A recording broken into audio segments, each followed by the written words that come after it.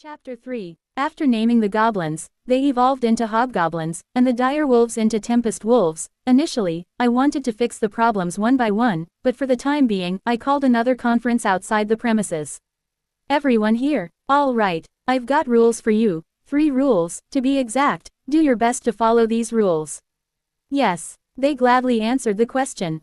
I have 3 rules. I continued. The rules that I stated publicly were: 1. Do not fight among yourselves. 2. Do not belittle other species.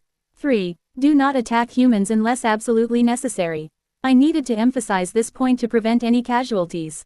More laws will be established once the city is officially founded, but for now, let's stick to the basics, as we did last time. Could I ask a question? Rimuru shouted. Why are we not allowed to attack humans? Rimuru gave his son a stern look, perhaps afraid of offending me. But I signaled to him that it was fine. Rules need explanations. After all, rules without explanations are just tyranny. Human beings live in large groups.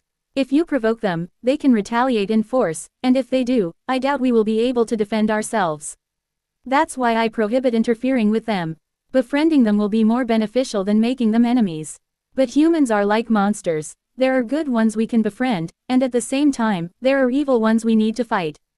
Let's be careful about picking our human enemies, so don't fight when it's unnecessary and fight them only when they are hostile first. I explained thoroughly, covering every aspect of my reasoning. As I spoke, they appeared to be convinced. Ranga let out a deep, affirmative growl, looking more convinced than before. Is there anything else? Here, Gobta raised his hand. This became more like a question and answer portion. Yes, Gobta-kun, I allowed him to speak. What do you mean by, do not look down upon other species? Well, all of you just acquired new abilities because of the evolution, right? I'm saying don't let that confidence affect you too much. I don't want you belittling weaker species just because you're a bit sturdier now. Sooner or later, your rivals will get just as strong, or even surpass you. And after mocking them, they might come knocking on your doors and obliterate you. That wouldn't be pleasant, right? There were no signs of uncertainty on their faces. It seemed my speech ended well. That's pretty much it. Stick to the rules as much as you can, all right? Yes. After establishing the fundamentals, it was time to divide the roles. There was still no major battlefield, so our only challenge now was the battle against nature. Every organism requires food to replenish its energy, and at this rate, famine would be our downfall.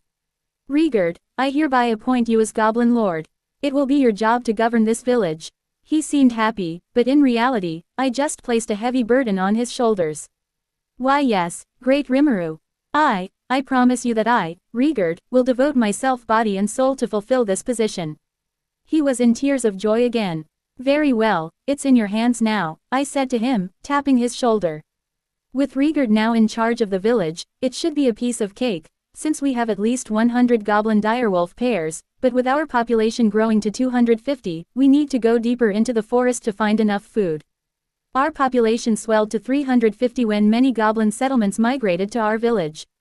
To avoid casualties, I believed that goblins paired with tempest wolves should be stationed in the most remote areas, while those without partners would scout nearby.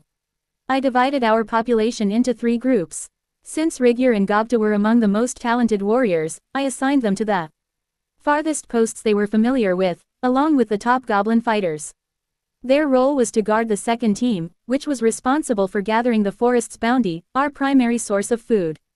With all of them named in improved numbers, productivity increased tenfold, significantly enhancing the village's security. The forest is a dangerous place, but thanks to our watchers and guards working around the clock, our home is very safe. Although we don't have agriculture yet, we are working on it and currently rely solely on the forest's bounty. Even though our mightiest warriors are protecting the second team, the village remains secure. We still have at least 20 goblins stationed at the fences around the gate and clock towers. Patrol Team A Expedition 50 hobgoblins and 25 tempest wolves. Patrol Team B Guard 50 hobgoblins and 25 tempest wolves. Food Team 200 hobgoblins and 100 tempest wolves. Our priority right now was the pending starvation, so I allocated as much manpower as possible to the second team, food team. I was quite surprised when they brought me a mountain of food. It should be enough to feed 250 individuals for at least 3 days. Haruna, who had become quite beautiful, entered my tent. She was the goblin responsible for the food department. As I checked the food supply, Haruna said something that jolted me. With this much supply, we can survive for 2 weeks. 2 weeks. Hey, I know this food is excessive, but I think it will only last 2 to 3 days with 350 monsters. No, Great Rimuru. I'm sure this food will last for 2 weeks. But we have 350 monsters eating 3 times a day, I countered. Haruna muttered something under her breath. 3 times a day. At that point, I was bewildered. Why? I don't know about the other goblin villages, but we usually eat only once a day. It's considered a feast when we manage to eat twice. She said this with a happy expression on her face. Idiot. That's not something to be proud of. What? That's unacceptable. I have an additional rule. In this village, we will be eating 3 times a day. It's the least amount of food we demand for a day. There will be no objections. Yes, as you wish, Lord Rimuru. Haruna immediately agreeing with me. Well, that resolved the food problem. Our little village would adapt to the norm of eating 3 times a day.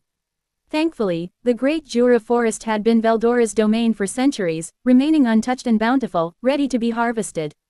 Everything is good, but not everything will go in your way. Not that I didn't know about it. Now, that leaves the third team.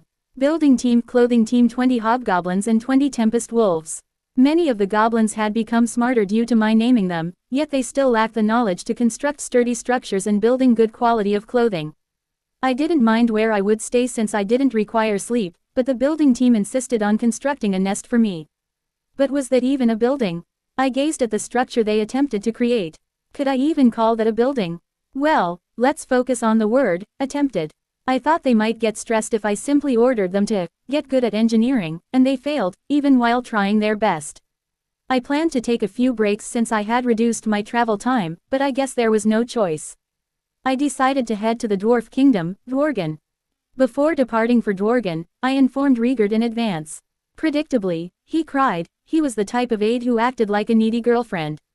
As he proudly proclaimed the day before, Rigard had arranged everything I needed for the expedition to the Kingdom of Dworgen. As expected, Rigard, whom I considered the most responsible among the goblins, became the expedition team leader. He insisted on packing my luggage, but I instantly rejected the idea. With my hidden abilities, I didn't see the need for such things. I could secretly create currency in my imaginary space, so I didn't require it. If we had spare resources, I believed we should concentrate on the village instead of spending it all on me. I don't need food, nor do I have clothes. I am still in my slime form, although I possess a human form. But even in my human form, I can materialize clothing with magic, which explains why I did not bring any luggage. The only one who did was Gobta and the expedition team, which will save us resources and time. When you have the ability to travel lightly, then you should. I nestled on top of Ranga, bouncing in his comfortable fur. On the monetary side, Rigard offered to bring 7 silver pieces and 24 bronze.